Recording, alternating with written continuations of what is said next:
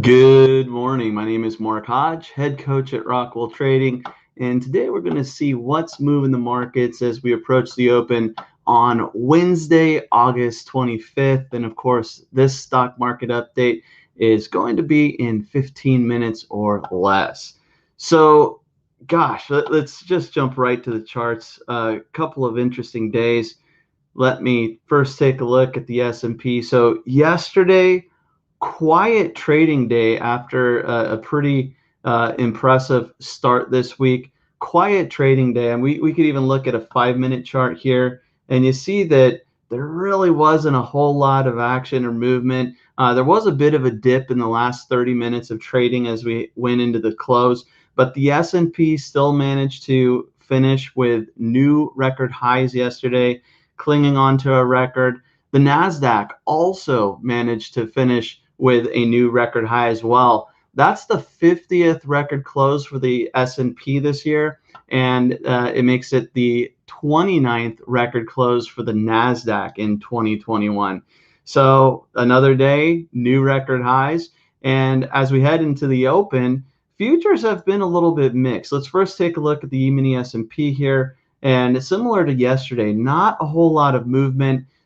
We did dip into negative territory. We were slightly lower just a few minutes ago, but now with about a half hour before the markets open, futures are flat, or you could say slightly higher. The E-mini S&P up just over a point, the mini Dow up 11 points, which is nothing for the Dow, and the NASDAQ up 5.5 points. So a pretty muted start for trading, looking at futures right now. And a lot of this has to do with all eyes being on Jackson Hole, Wyoming.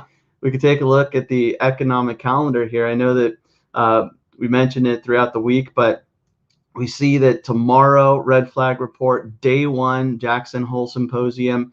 So in Jackson Hole, you have the Economic Policy Symposium, which is attended by central bankers, finance ministers, academics, and financial market participants from around the world. The meetings are closed to the press, but officials usually talk with reporters throughout the day.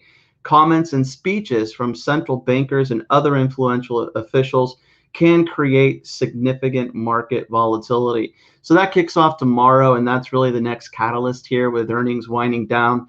And we also see that Fed Chair Powell is going to be speaking on Friday. So it's a 3-day event going through Saturday. But Fed Chair Powell on Friday at 10 a.m. Eastern is a biggie, although it kicks off tomorrow. So that's kind of the focus right now for traders, trying to figure out what's next and what news could potentially move the market. If the Fed's going to start talking about tapering or not, that's the big question.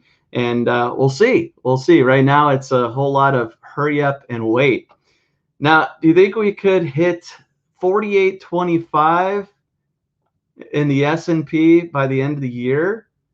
That would be a pretty decent move higher. Well, Christopher Harvey, head of equity strategy at Wells Fargo Securities, thinks this is the case. According to Christopher, he says that over the last 31 years, there have been 9 instances where the S&P 500 had a price return of 10% plus in the first 8 months of the year. And then over the next 4 months, the index averaged another 8.4%.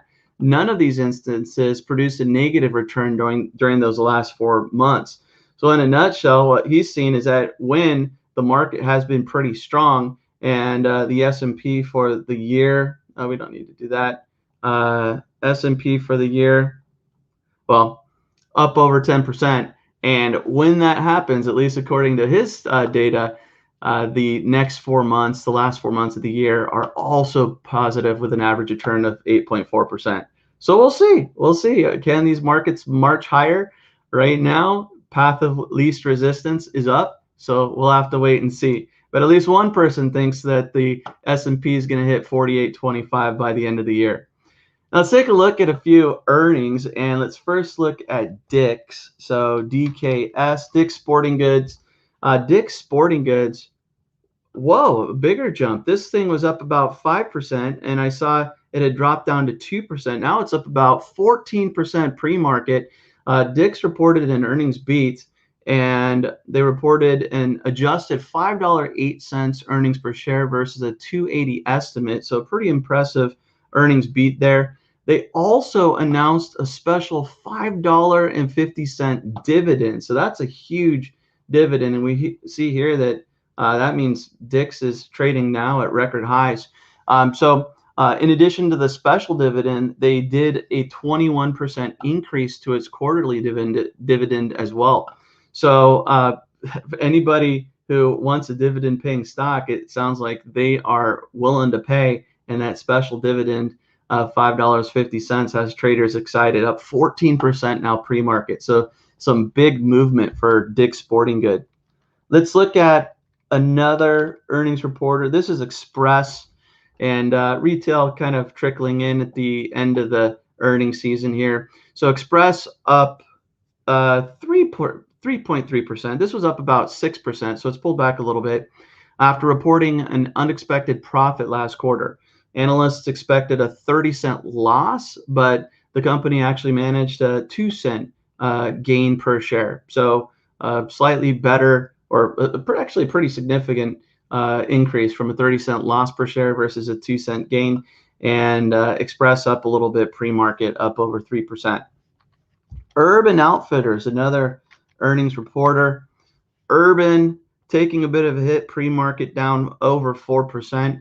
Now, they actually reported better earnings with $1.28 per share versus a 77-cent estimate. They also reported better than expected revenue, but they did report that they're still having some significant issues with supply chain problems. So that could be weighing on Urban Outfitters right now, even though they did have an earnings beat.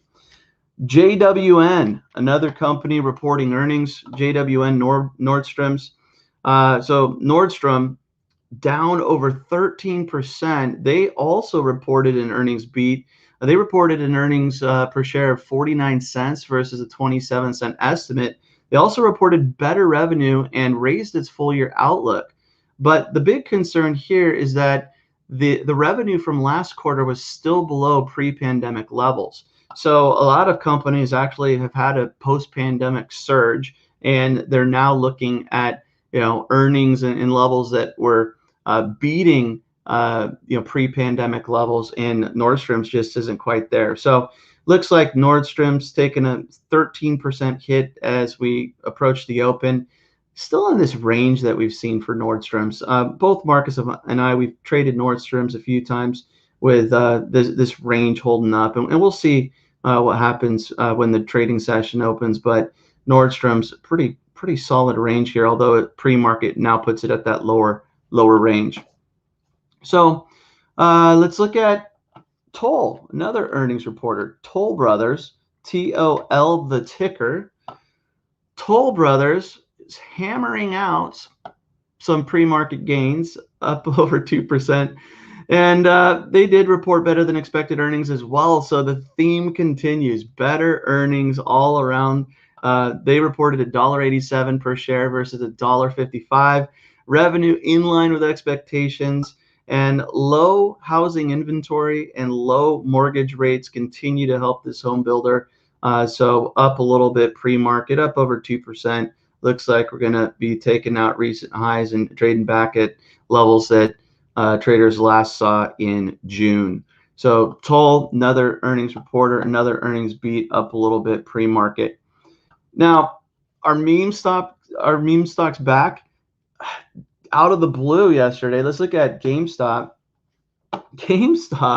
I mean, this thing, after trading at 350, 325 in June, just a steady decline, no real traction for the longest time, moving sideways, and out of the blue with no real catalyst, at least none that I saw. GameStop jumped 27.5% yesterday, just a huge move. Down a little bit pre-market, so getting closer to 200 at 203, so down over 3% pre-market, but just a huge move, just really out of nowhere yesterday. Same thing happened with AMC. Let's look at AMC Entertainment. Same picture, same story. The big June push with the meme stock rally. Since then, not a whole lot going on. pulling back, starting to trade sideways out of the blue. 20% gain yesterday, and up just a little bit pre-market. It was up a little more when I first looked, up about 3%, but now it's just shy of 1% pre-market. So we'll see if the game or the meme stock frenzy continues, or if this is just a one-day surge. But some crazy moves just out of the blue.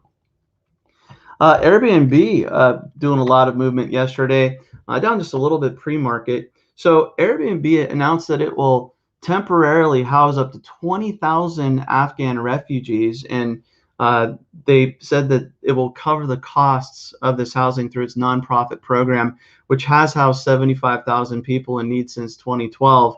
Airbnb jumped 10% yesterday, so a big move there, down about 1% pre-market, but a big move there, big gesture, and Airbnb shareholders seem to like the idea and getting a lot of traction yesterday, even though we're down a little bit pre-market. Another mover, let's look at Peloton. So Peloton jumping just shy of 7% yesterday. Now they say that their treadmill is going back on sale next week, and this comes after that recall that really just kind of put a damper on these pandemic gains here. Just, when that treadmill was recalled because of multiple injuries and one death, the stock just really struggled and tried to get that traction, but moved sideways yesterday, up 6.7%. So we'll see if Peloton can make some ground here, get back up to those highs after the treadmill, or if at this point there are other competitors in this space that are potentially having an impact on their market share and their sales. We'll see. So no British milkshakes. I don't know if anybody heard this story, but in McDonald's has removed milkshakes from its British menus because of supply chain issues. So for some people, that could be some big news. I know some people like their McDonald's shakes. McDonald's really flat, not moving at all pre-market in spite of the shaky news. All right. Well, that's going to do it for today's stock market update. Again, futures just flat right now. The real focus is on Jackson Hole, Wyoming, and the central bankers getting together there, and Fed Chair Jerome Powell and his comments on Friday. So with these quiet moves, we could expect some more sideways, quiet markets until we get some news on Thursday and Friday. We'll see. But right now, futures point to a slightly higher start, and we'll see if we get some movement today or not. So that's going to do it for today's stock market update in 15 minutes or less. Have a great trading day, and we'll see you tomorrow. Happy trading, everybody.